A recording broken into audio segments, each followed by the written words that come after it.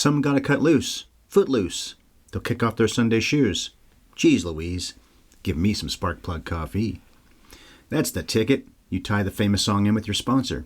The gang at Sparkplug cuts loose themselves sometimes, but they're always calm enough to make sure you get what you want in your bag of beans. And that could be decaf or half-calf, which might be the way to go with your level of caffeine if you're already keyed up because you lost a chickie run with tractors and then a fist fight outside the prom. Chuck Cranston's one big loser in this movie, isn't he? Losing everything he does. Sparkplug has a wide assortment of blends and roasts as well. They've even got a rotating seasonal blend, so give a look at what they're saying you might enjoy here in the late spring. Actually, you might as well see what suits the summer, because we're almost there. Canadians and Americans can order the freshest, fairly traded, premium Arabica beans that can be found in our native land of Canada. The shipments are guaranteed to arrive within a week, and Canadians don't even have to shell out for delivery costs. So we're cooking here with the perks of ordering this fine product, but you'll get even more perks and deals, not to mention saving money on every order, if you set up a membership in the Autopilot Coffee Club. You can pause or cancel any time, but you can also customize your membership to get orders when you actually need a fresh batch. Not just when a robot sends you one. This is just not a Coffee of the Month Club, gang. Everybody's got a website, and theirs is sparkplug.coffee/HYES. You'll get a one-time 20% discount if you use that HYES promo code. And with that, let's enter the land of Beaumont and see what Ren, Ariel, and their repressed friends are up to. Tell the men to play us in, Bev. And action!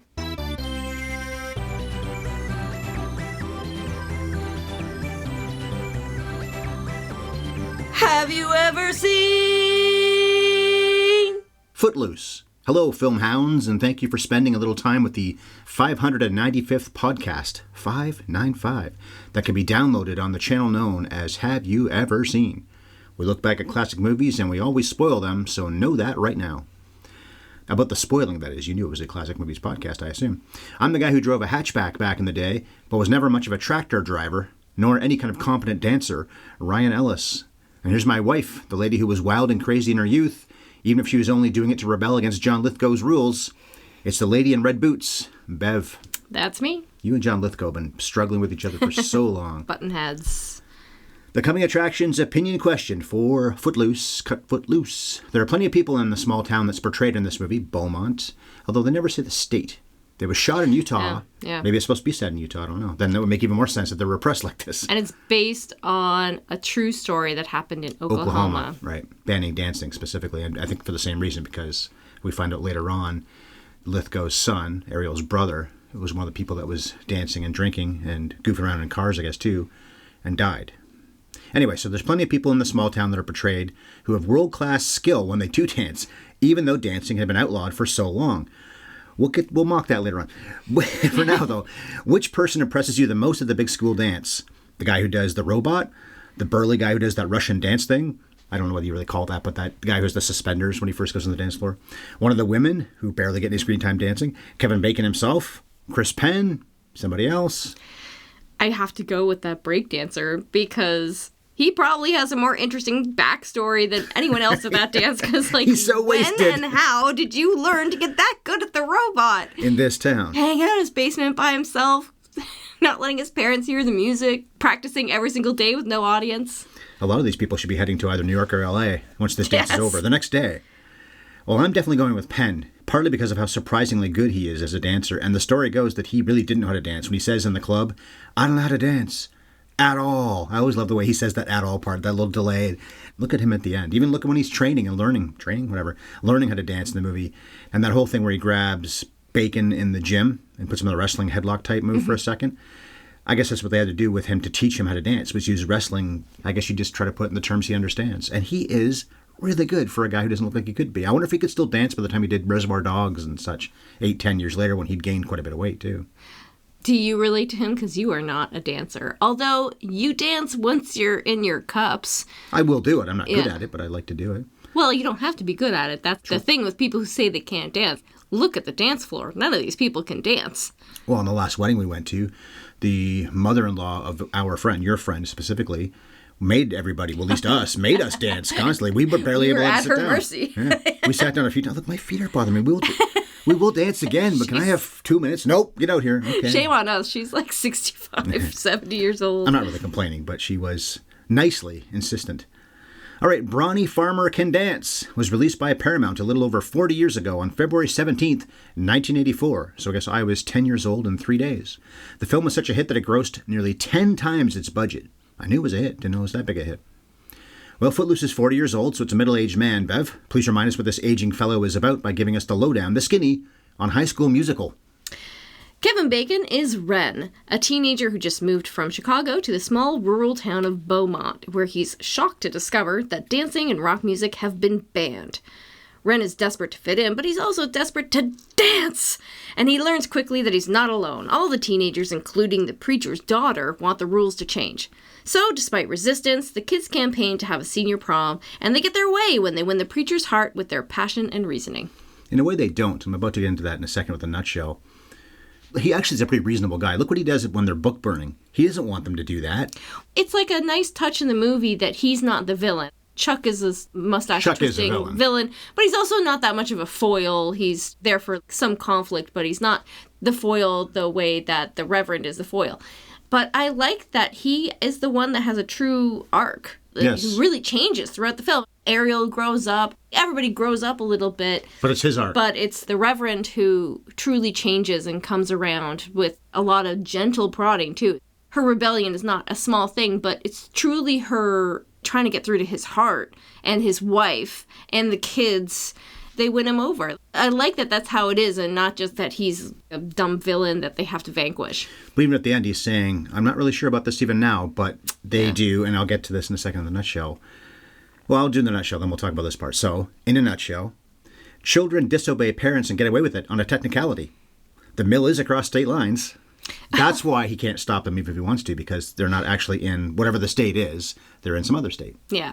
But we know by the end of the movie that his heart has been changed, even to the point that him and his wife, Diane Wiest plays his wife, Vi, and she's so lovely and patient, and she makes you like him more. Yes. You soften towards him because you're like, well, he can't be all bad if he has a wife like this who really loves him and is really fighting for him. And they have that beautiful moment outside the dance where they're almost dancing. She even says that. She says, look, we're almost dancing. Mm-hmm. It's absurd to blame dancing for the town's problems, of course.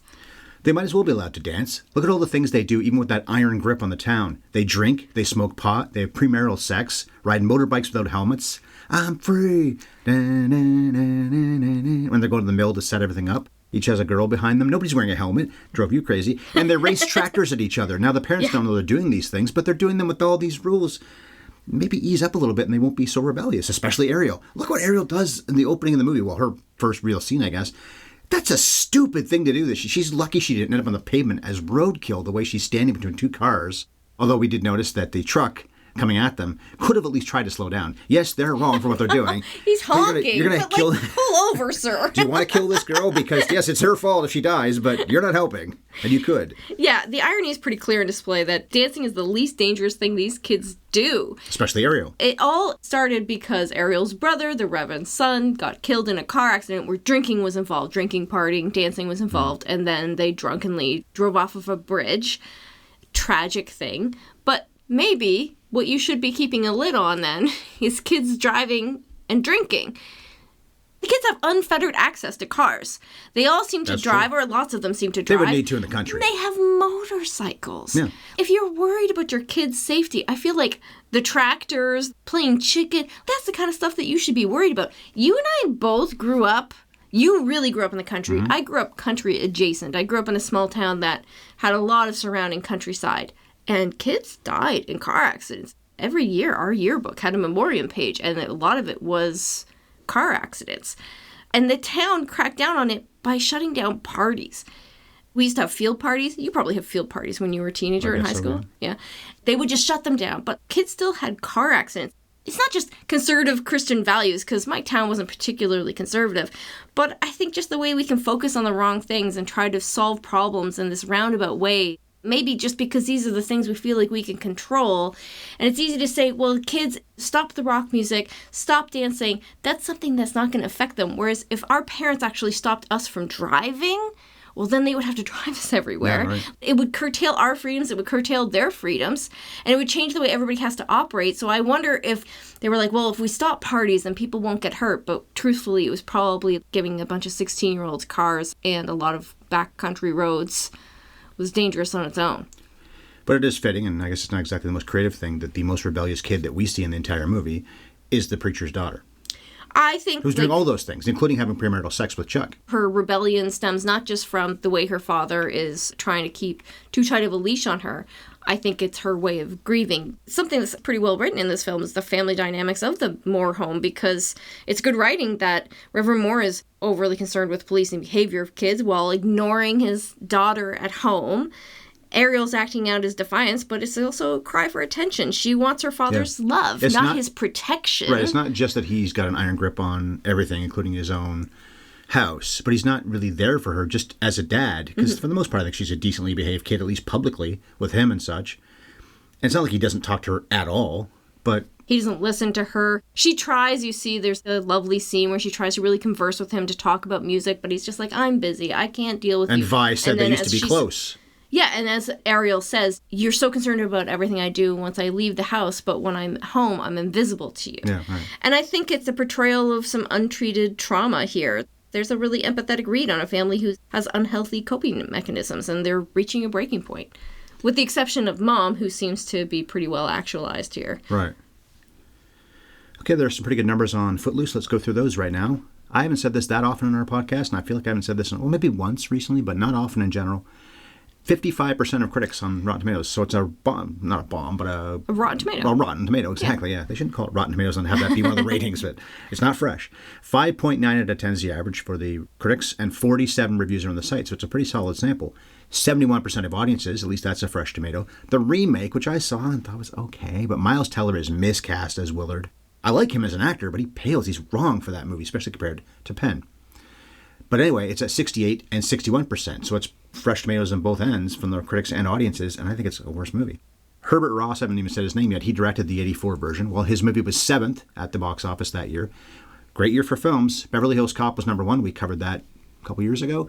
Ghostbusters was number 2.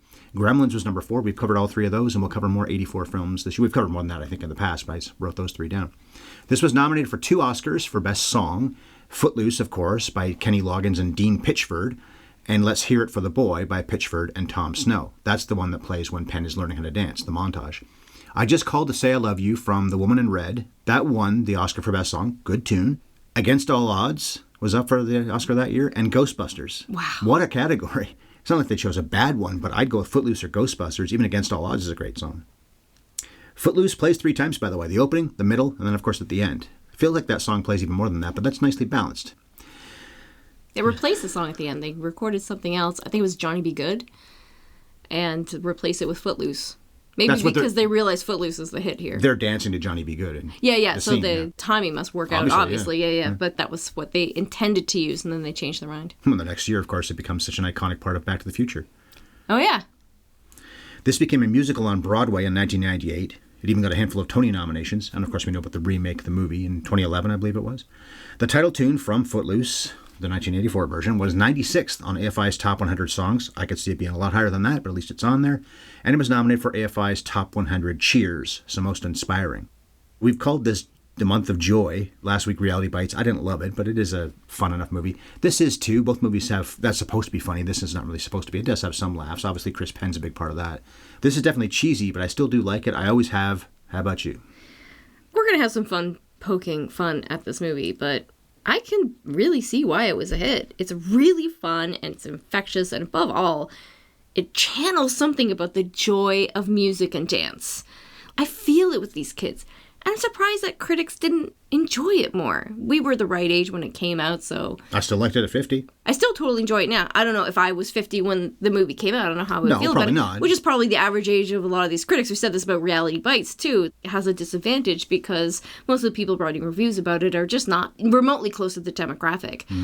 But it knows exactly what it is, and it achieves its goals, and it's just a really fun movie to watch full of great charismatic performances. Was Kevin Bacon a star No, before this this? made him No, a this was star. a star-making performance. He could have been in Christine, but he turned that down. I don't even love Christine. I saw it again a second time, even though I think John Carpenter was a great director, certainly in that era. And I like Stephen King's books a lot of the time, not always. But I never loved Christine. And maybe it would have been better if it was Bacon instead of Keith Gordon. He turned down Christine for the opportunity to screen test for this. He didn't even have the part, but he had to choose the screen test over the part that was being given to him. And I don't know the time frame, but that could have been Cruise in this, and they wanted him because they saw him dancing in Risky Business for one thing, and they thought he could pull it off. And of course, Bacon doesn't dance that much in this movie. He does plenty of it, but there are a lot of stunt doubles, and he's never denied that. We'll get to the barn in a minute. But Cruise did all the right moves instead, that football movie. Rob Lowe was definitely in the running for it, but he hurt his knee. Of course, Travolta, not surprisingly, he would have been too old, I think, for sure. But Travolta probably was up for almost everything at this point. Everyone wanted him, and he turned out a lot of iconic movies in the early 80s. So Bacon, who had been in, Animal House and Friday the 13th and a few other things. Oh, Diner. I think Diner's part of what got him the job, too. But some executive thought he isn't sexy enough. Cruise and Lowe obviously are, and Travolta still was at that point. Bacon's not exactly a 10, but he's a good-looking guy.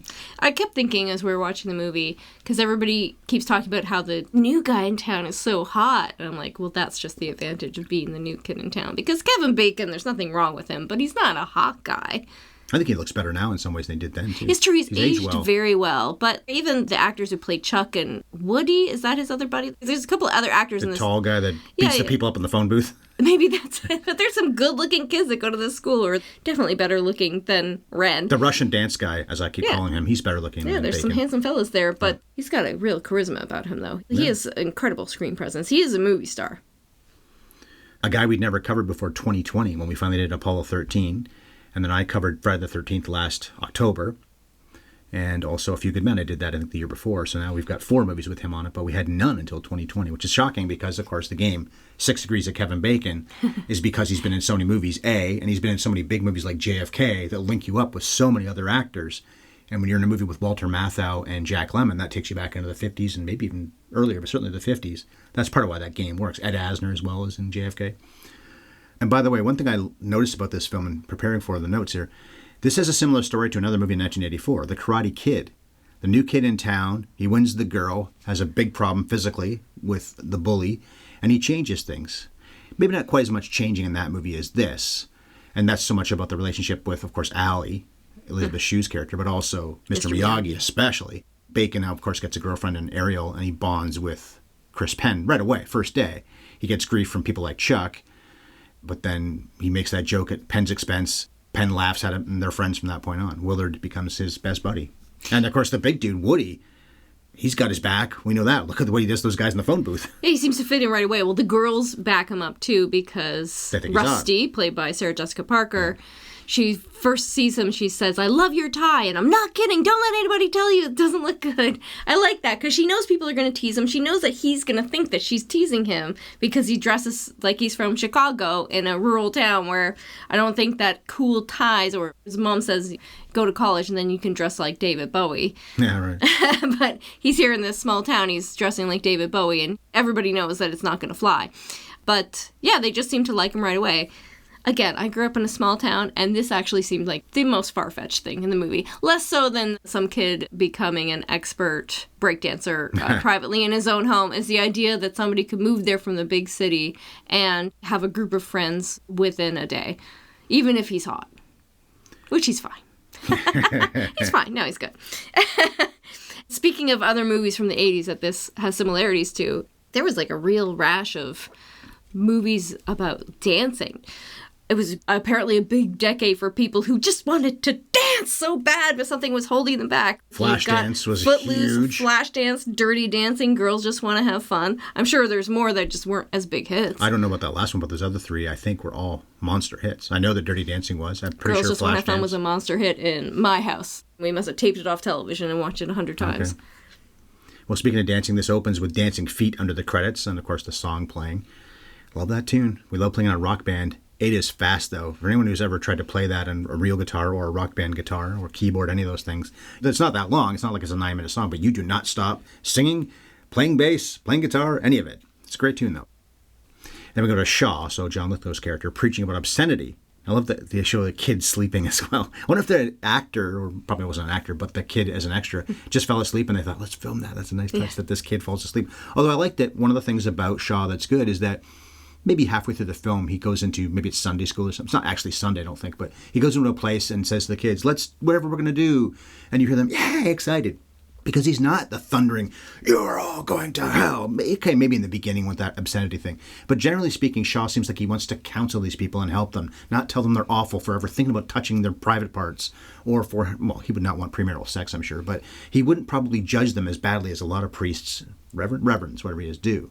I love that scene too. It could be just like a throwaway scene because it doesn't feel like it's very important, but you do see him just interacting with the kids, physically playing with them and really enjoying their company. And it is in that moment that you're like, he loves his congregation. This is a man who actually thinks he's doing what's best for the town. You have a more transparent villain. I forget the guy's name. It's not his uncle. It's not Ren's uncle, right? It's some other guy in town who wants to burn books, and they're taking it too far. But that's like another eye-opening thing for He talks about Reverend earlier Moore. in the film, and he's been dissuaded by Shaw, but then he does it anyway. And the Shaw has to come out and say, what are you people doing? This is so wrong. Even though, let's face it, people who listen to this podcast that are religious might be bothered to hear this, but a lot of modern preachers would be leading that charge, not trying to stop there's somebody. Like absolutely a huge movement to empty libraries of any books that could be considered, big scare quotes here, offensive or inappropriate for certain ages.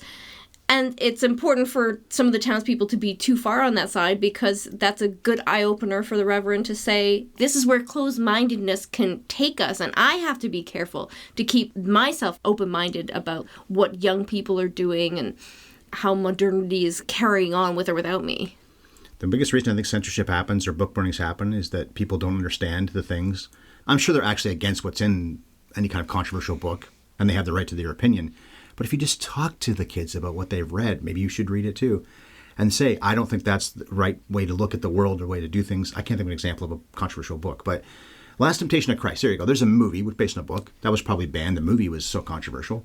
Okay, let's watch this movie and say, this was a thought this man had, and he didn't even go through with it. That movie shouldn't offend you. That movie honors and respects Jesus Christ. But I think censorship is about how, well, I'm not breaking news by saying this, but people in charge don't want to ever be questioned. And if you're allowed to read books, it's about control. It's just like so much of what happened with Roe v. Wade was about control. I think there's also just an instinct in people. They just love to be scolded.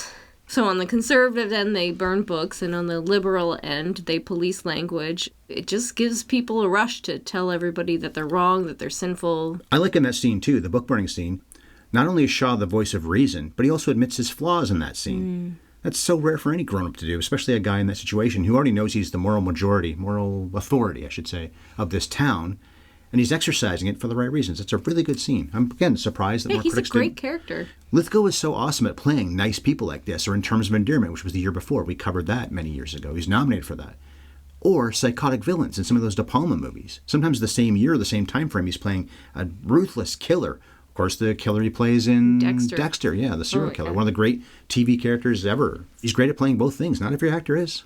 Someone like Nicholson probably wouldn't be that believable playing a really sweet, nice guy. Nicholson was in Terms of Endearment with Lithgow, actually. And he can do straight comedy really well, too. Anybody who was ever a fan of Third Rock from the Sun, he's amazing in that show. Right. TV show for years. That's right. He's been on TV quite a bit, I guess, because that was many years in the 90s he was doing that show.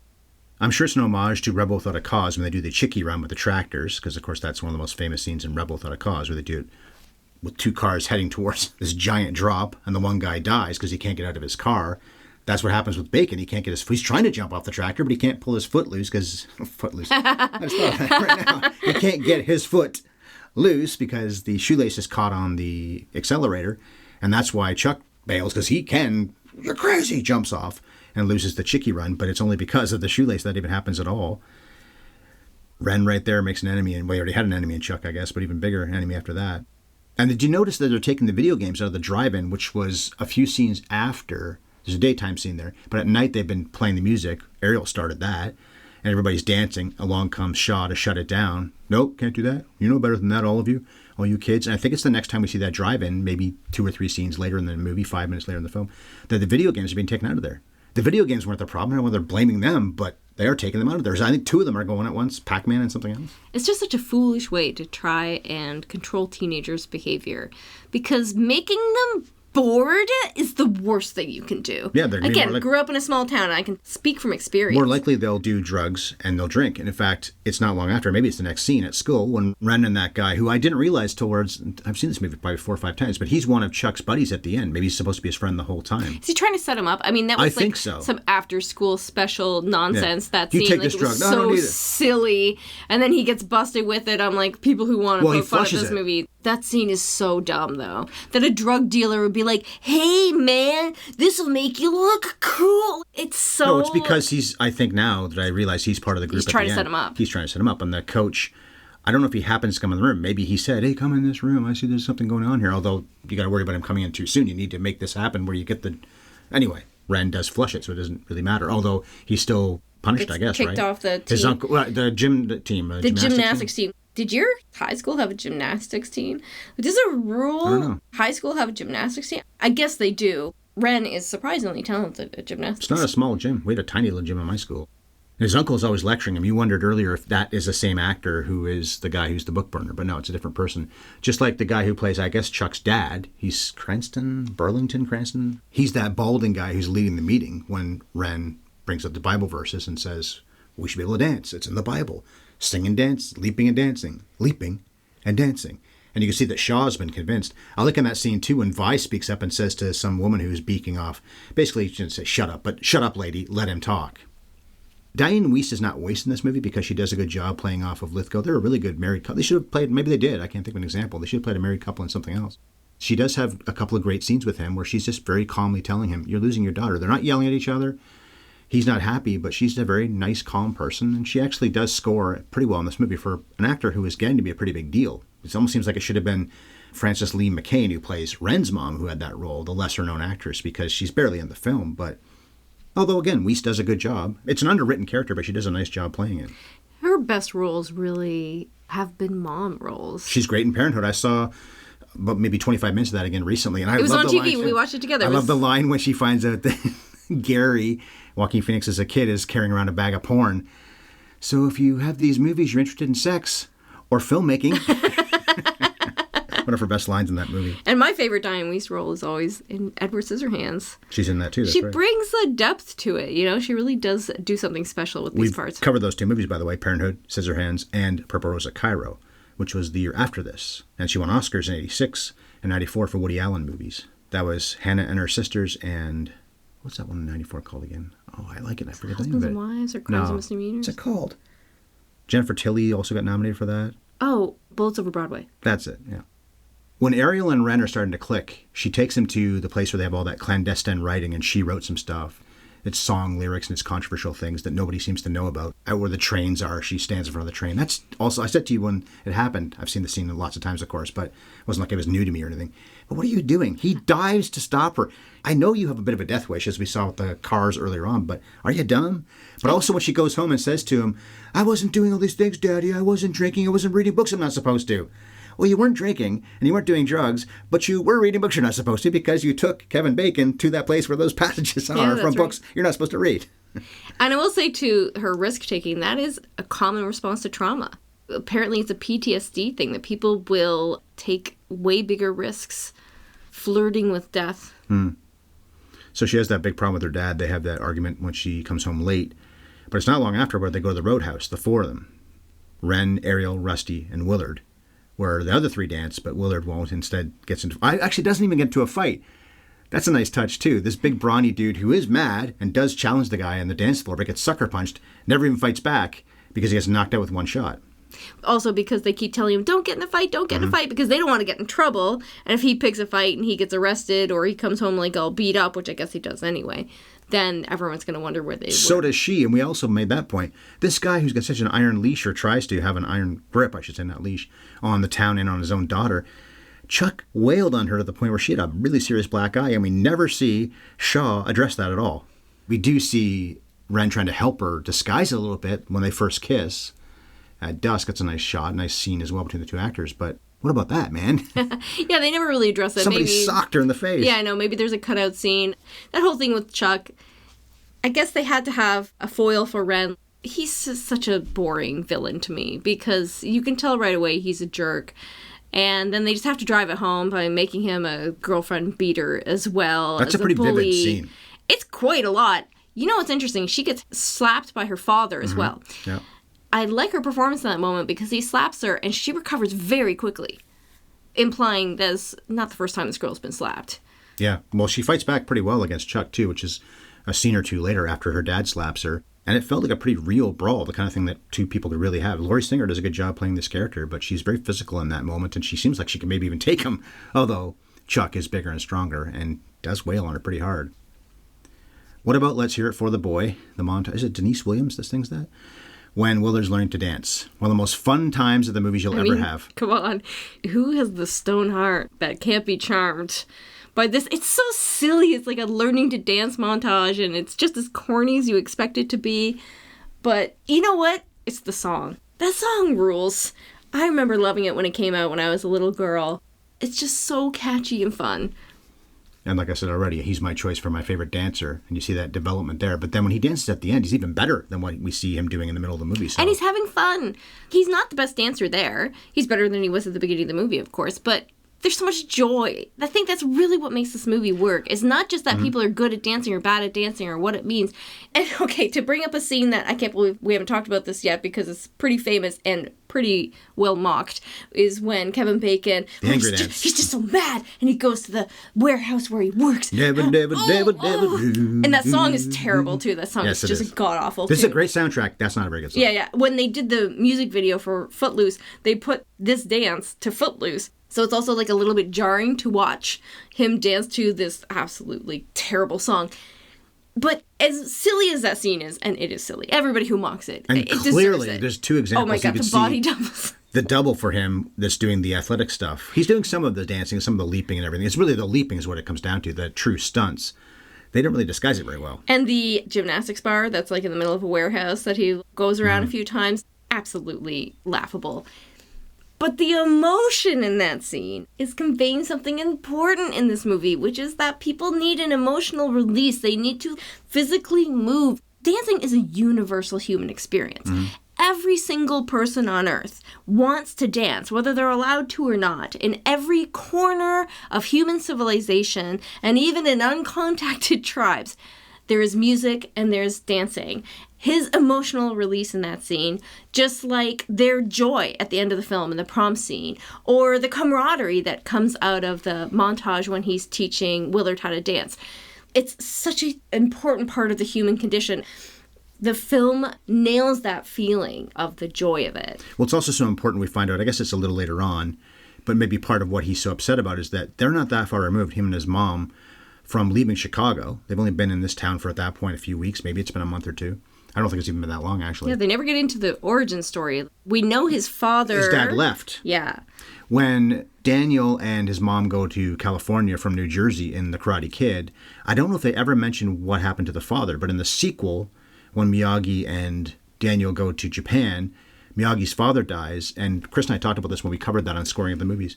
We love the scene when Miyagi doesn't say anything, but Daniel talks about how, when my dad died, it was really important for me to be there with him as Miyagi was. He was trying to console his older friend, the mentor, getting mentoring from the kid.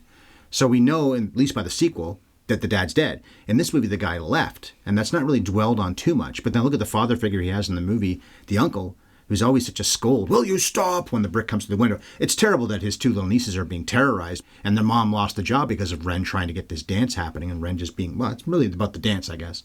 But his uncle is a dick.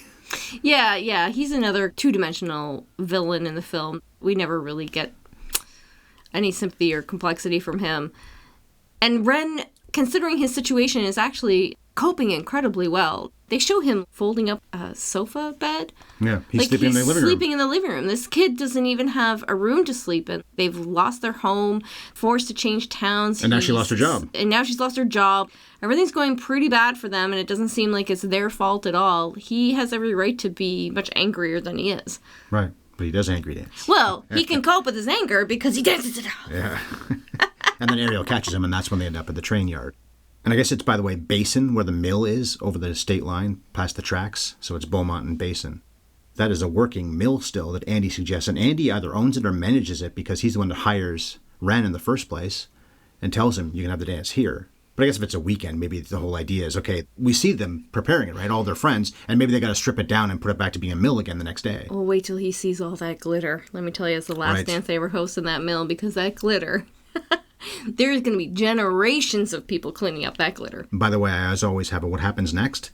Speaking of the mill, Reverend Moore's worst fears are realized and all the kids end up dead. But not because they danced or because they drank. It's because the floor of that old mill collapses and they all plummet into the basement. When they show them all dancing to Footloose at the end, the floor doesn't look like it's in trouble, but made me think that possibly it's going to collapse.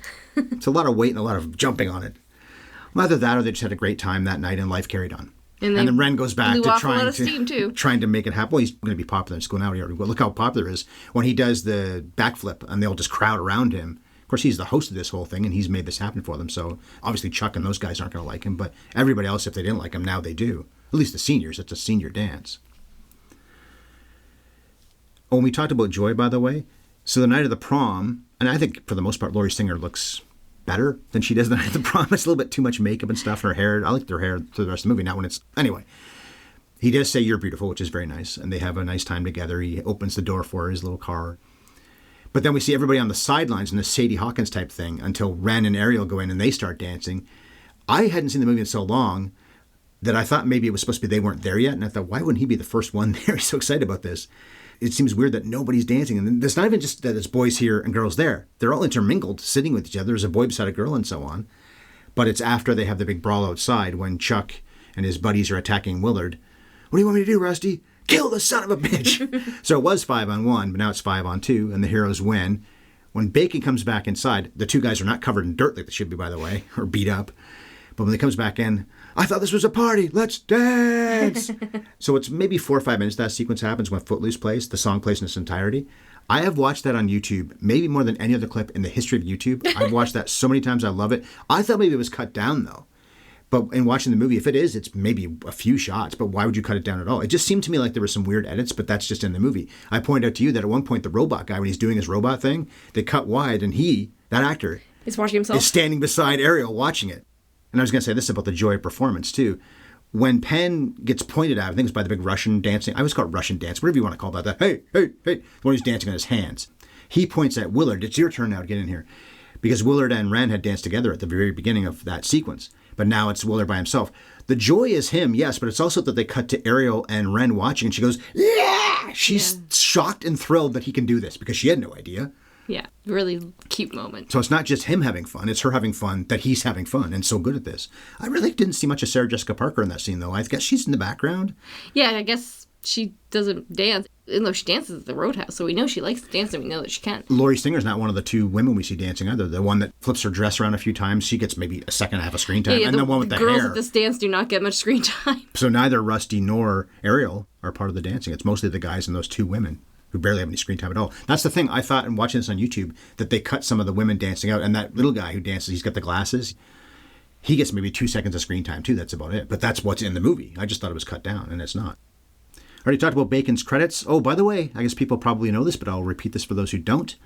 Bacon went to Payson, Utah's prom this year. It's the 40th anniversary of the movie, of course, this year. So they invited him, and they showed him on camera. Oh, this is great, guys. Thanks a lot for that. You know what?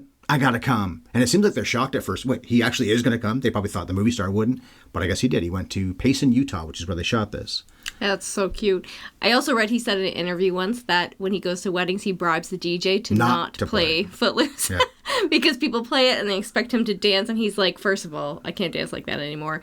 And second of all, my body double did most of the dancing. He didn't do the backflip. So he could never dance like that. Yeah. Didn't do the backflip, yeah. Laurie Singer doesn't even have 30 credits on the IMDb, but one of them, when we covered this, is Shortcuts. Of course, Chris Penn's in that too. Or I should say, Christopher Penn. That's his credit back then. I don't know when he went by Chris Penn officially, but at this point in his career, he was Christopher Penn. Who does she play in Shortcuts? She's the one that plays the cello. I think Laurie Singer actually plays cello. Her mother is Annie Ross, the singer, real-life singer that plays a singer in the movie. Also, she did 38 episodes of Fame, by the way, so that was a big thing for her too. But she doesn't really act that much. Has rarely acted, really, if you think about it, 30 credits in all these years. So as for Penn, he died at only 40. What a shame. So long he's been gone. He was Nice Guy Eddie in Reservoir Dogs. Arguably steals that movie, too. He certainly steals this one. And he's in Shortcuts. He's Downey's friend in that. Sarah Jessica Parker, have we covered her before? I don't know if we have. She was so funny in LA Story in 1991. Do you ever wonder why the water doesn't just fly up into the sky? One of my favorite non sequiturs anyone's ever said in any movie. But of course, she's best known for Sex and the City, the TV show, and I guess the movies. They made 2 of those movies. And she's pretty cute and fun in this. One of her first roles. Jim Youngs is Chuck. He plays Rob Lowe's older brother in Youngblood. So if Rob Lowe had played this character like he was maybe going to, he would have been his rival in this and then his brother in the other one. And they're close brothers in that movie, too. Lithgow has been in tons of things, but we've covered Terms of Endearment and Shrek. I talked about Diane Wiest's credits already, but the other mom in this movie, Ren's mom, Frances Lee McCain, she was the 80s mom. She's the mother in Gremlins. She's Marty's grandmother, so Lorraine's mother, in Back to the Future. She's Gordy's mom in Stand By Me. And she was also, this isn't an 80s movie, but she was in Scream as well. I forget if she was in Scream, meaning the horror movie Scream. But we've covered her more than any of these other people, because that's, 6 movies now she's been in? I barely mention his name at all, but Herbert Ross directed this film. He did a lot of musical-type movies. This isn't a musical per se, but he did musicals and the musical-type movies. Also, The Last of Sheila, which we watched not that long ago. A good thriller. Not a musical at all, but a pretty good thriller. And I've liked this movie for my whole life, and I saw it again, I think, or maybe I didn't. Anyway, Secret of My Success, the Michael J. Fox film. Yeah. That's one of my guilty pleasure favorites as well. Not favorites, but I like it quite a bit. He directed that. He also directed, I thought it was a lot of people, but I guess it's just 3, but still, not bad. 3 people to Oscars. Walter Matthau in The Sunshine Boys, Richard Dreyfuss in The Goodbye Girl, and Maggie Smith in California Suite. Many actors got nominations in his movies, and those 3 wins were pretty much almost back to back to back. It was 75, 77, and 78. Ron Howard could have gotten this job, instead did Splash. I like both movies. That's probably a better one. I think Daryl Hannah was offered the part of Ariel, too, and then she did Splash. Right. Funny, she was offered the part of Ariel, and then she played a mermaid instead. Right. And Michael Cimino was asking for too much money, and apparently he's one of those people that really let success get to his head. The Deer Hunter was such a success, but then the Heaven's Gate controversy, how he went over budget, and Marty Scorsese's always blamed that movie specifically for being what really killed directors having the power they had in the 70s. And I guess he hadn't learned a lot of lessons by 84 because he's saying, I want all these things. Could have made a huge hit movie and been back as a big-name director, but he didn't. Dean Pitchford gets the only writing credit on this movie. I think it's only a writing credit. Let's see. Am I right about that? Yeah, it just says Dean Pitchford wrote it. So his first screenplay, his debut. He's more of a songwriter, though, and he also won an Oscar for Fame, or writing songs, that is. Producers were Louis Rackmill and Craig, I don't know if it's pronounced Zedan or Zaydan. Craig, whatever, Craig Zed, worked on Hairspray, one of my favorites, of course, when it comes to musicals, and was an executive producer on Chicago, which won Best Picture 18 years after this came out. Movie's 185-1. We saw it on Netflix, even though we own the DVD. Cinematographer was Rick Waite. A lot of comedies in his career. 48 Hours is one of those, but also a lot of action films, because after this he did Rambo 3. So what an 80s for him. 48 Hours, action comedy. This is not really a comedy, but a serious musical in a way. And then Rambo 3. The editor, Paul Hirsch, one of the underrated cutters in the history of Hollywood, worked on Carrie, which we've covered, Ferris Bueller's Day Off, which, have we covered that? I think we did. Yeah, I think we did. It's Breakfast Club we haven't done. A lot of my favorites in that time frame we've done. Back to the Future and Ferris Bueller and many others, but it's Breakfast Club we haven't done. Okay, there you go. And also he cut, or was one of the cutters, I think there's something like 3 of them, on the first 2 Star Wars movies. So that's a pretty great resume. And he worked a lot with De Palma, and probably should have got more nominations for some of those films. Great editing in those movies. The music is basically pop hits, just like Reality Bites last week. This has a great soundtrack. I said that was one of the greatest soundtracks of all time. Well, this isn't maybe as good as that, but the Red Letter songs like Footloose, and I don't love Let's Hear It for the Boy. I like it in the movie, but just as a song on my phone, I don't really listen to it as much, but there are great tunes in here. Kenny Loggins says that, I'm free, when they're going to fix up their mill. Great soundtrack. Reality Bites better. This is quite good, too. Has a couple of stinkers. This song that he dances to in the warehouse. Yeah. Also, I don't love Heaven Helps. What is it? Heaven Helps the Man Who Helps Himself. But Almost Paradise is in this. That's a good tune. Almost Paradise is a great song. No, there's bangers. Listen, I'm not going to try and pretend this isn't an outstanding soundtrack. I hard agree about the editing. This is a really well-edited film. The pacing is perfect. And it wouldn't have worked if they couldn't have kept that momentum going. It's so important. And to go between, like you say, it's a musical, it's fun, it's so spirited and bright, but it also has serious stuff going on in it as well. And it always manages the tone really well. Yeah, M. Night Shyamalan's the one who said that the most important job a director has is to manage their tone. And he doesn't always do it himself very well. But I've always thought he had a good point with that. And Herbert Ross does a great job with the tone in this film. We talked about what happens next. Well, I was joking, of course. They're not going to end up dead. But it does make you wonder what happens with Ren McCormick and his mom, because she has no job. That was not that long before we found out. She'll get another one, I guess. And maybe the town will forgive Ren. But also what they're doing. The council voted this down. They're not happy with these kids, especially Ren, obviously. So Shaw's let it happen, or at least he's basically supportive enough to show up and just be there. Not to watch Ariel, not to, oh, yeah, what's she doing? They just want to be there in a way, almost like moral support when she doesn't even know they're out there. But the town's not happy with Ren, so what is going to happen to him and his mom? He's going to go to college in the fall and dress like David Bowie. Oh, they are seniors, that's right. Yeah. I have a question. Do you think Ariel's going to escape this town? She's so determined to, but maybe she won't.